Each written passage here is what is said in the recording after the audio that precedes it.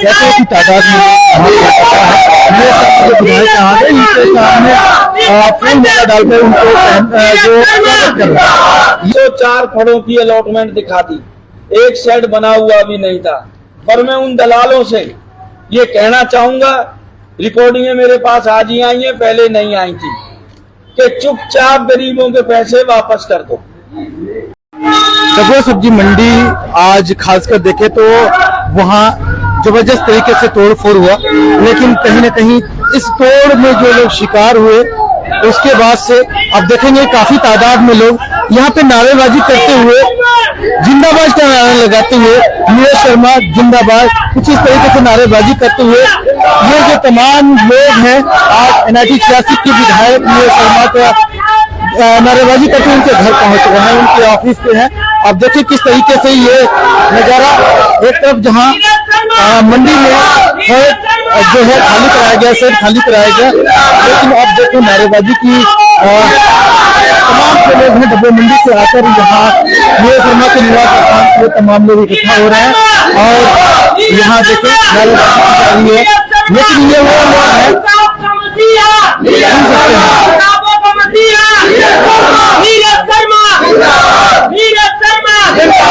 हमारा विधायक कैसा हो देख रहे हैं CNN के माध्यम से लगातार आपको देखने को मिल रहा है विधायक नीरज शर्मा अब एहसान कुरैशी और भी जो यहाँ तमाम वो स्वागत कर रहे हैं।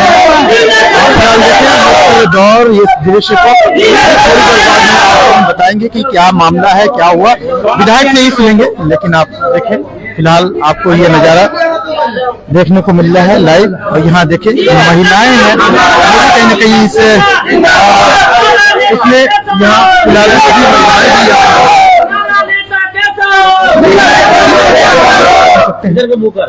आपको फंड ऐसों को मिलेंगे। मुकेश शर्मा जो कि जो एक बुढ़िया माता है उनको पहना के पूरा फूलमाला, उनको कहीं न कहीं ये कह रही है कि ऐसे लोगों को फंड मिलेगा। सुन सकते हैं विधायक जी संबोधित कर रहे हैं। क्या आज आप सबकी बहुत बड़ी जीत हुई है।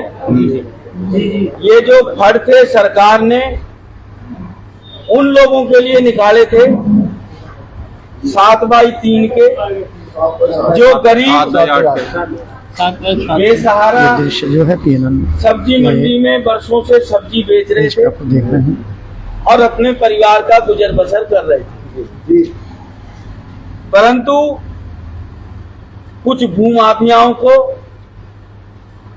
आपने NIT 86 से विधायक चुन लिया। भूमाफिया हर जगह भूमाफिया का ही काम करेगा, दूसरा काम नहीं कर सकता। मैं विधायक नहीं था 2019 के अंदर जब ये फंड अलॉट हुए, होने तो आप सब गरीबों को चाहिए थे। फंड अलॉट किसको हुए? जो पार्षद थे। फंड अलॉट किनको हुए? जिनके घरों में मर्सिडीज खड़ी थी। फंड अलॉट किसको हुए? जिनकी सरकारी नौकरियां लगी हुई थी। फंड अलॉट किसको हुए? जो आदमी मर चुके थे। फंड अलॉट किसको हुए? जिनके पास 10-10, 20-20 बड़ी-बड़ी आड़त की दुकान थी। फंड अलॉट किसको हुए? भाजपा के कार्यकर्ताओं को। फंड अलॉट किसको हुए? जो CM विंडो में एमिनेंट पर्सन थे, जो आप लोगों को फंड अलॉट होने चाहिए थे। आपको ना होके आपको तो बना दिया किराएदार, और वो भूमाफियाओं ने अपने नाम फंड अलॉट करा लिए। सरकार से पर्ची कटवाते थे शायद 500 या 3000 की, और आपसे वसूलते थे 30,000। और मेरे पास अब रिकॉर्डिंगें भी आ गई हैं कि जिन भूमाफियाओं ने पैसे वसूले लोगों से, और वो रिकॉर्डिंग में ये एडमिट कर रहे हैं कि अपने 4-5 लाख जब ले जा वापस, मेरे तो 70-80 लाख लग गए हैं इसके अंदर। अब उन भूमाफियाओं के खिलाफ पुलिस में दरखास्त भी दूंगा, पुलिस में कंप्लेंट भी करूंगा। आगे के लिए मेरी विनती आपसे एक ही है, अब ये जो 704 फंड हैं, किसी दलाल को 2 रुपए मत देना, क्योंकि फंड पहले की तरह लौट नहीं होंगे कि ना वीडियोग्राफी है, ना नपाई है, ना तुलाई है, घर बैठ के लौट हो गए। अब तो ये अम्मा की ड्यूटी लगा दी ना फंड अलॉट करने की, ये चाह के अपने बेटे को नहीं दे पाएगी। मैंने आपको बोला कि साहब आपने फंड अलॉट करने हैं, आप चाह के कोई भेदभाव नहीं कर पाओगे, इसलिए किसी के चंगुल में दोबारा मत फंसना। ये मैं आपसे हाथ जोड़ के विनती कर रहा हूँ। बिल्कुल शीशे की तरह साफ पॉलिसी बनेगी, अखबार में इश्तिहार छपेगा, मंडी में बोर्ड लगेगा। जो 2018 की पॉलिसी है अपने लेजरों की काफी संभाल के रखना। जो आप आड़तियों से माल खरीदते हो उसके हिसाब से आपके फार्म भरे जाएंगे जी। फार्म भरने के बाद 704 फंड हैं और किसको किस नंबर का फंड मिलेगा ये पैसे से डिसाइड नहीं होगा, पर्ची निकलेगी परमात्मा के नाम की। भाई जिसकी